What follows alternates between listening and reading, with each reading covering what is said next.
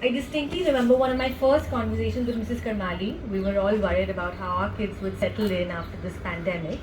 And Mrs. Karmali, in her typical fashion, said, "You mums worry too much, just relax, school will take care." And what I think we wish we'd all known back then is that Westwind really does take care, not only of the babies but the parents too.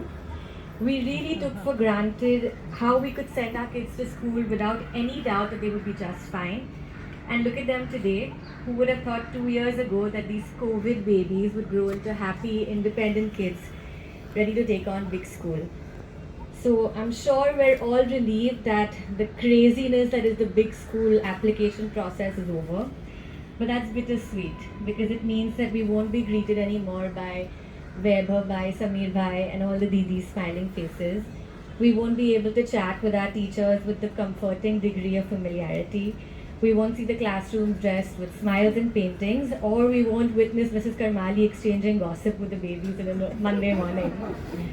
But I'm sure it's not the end. The number of former students I see bouncing into school with enthusiasm and being greeted with similar degree of enthusiasm makes me sure that once a Westwind baby, always a Westwind baby.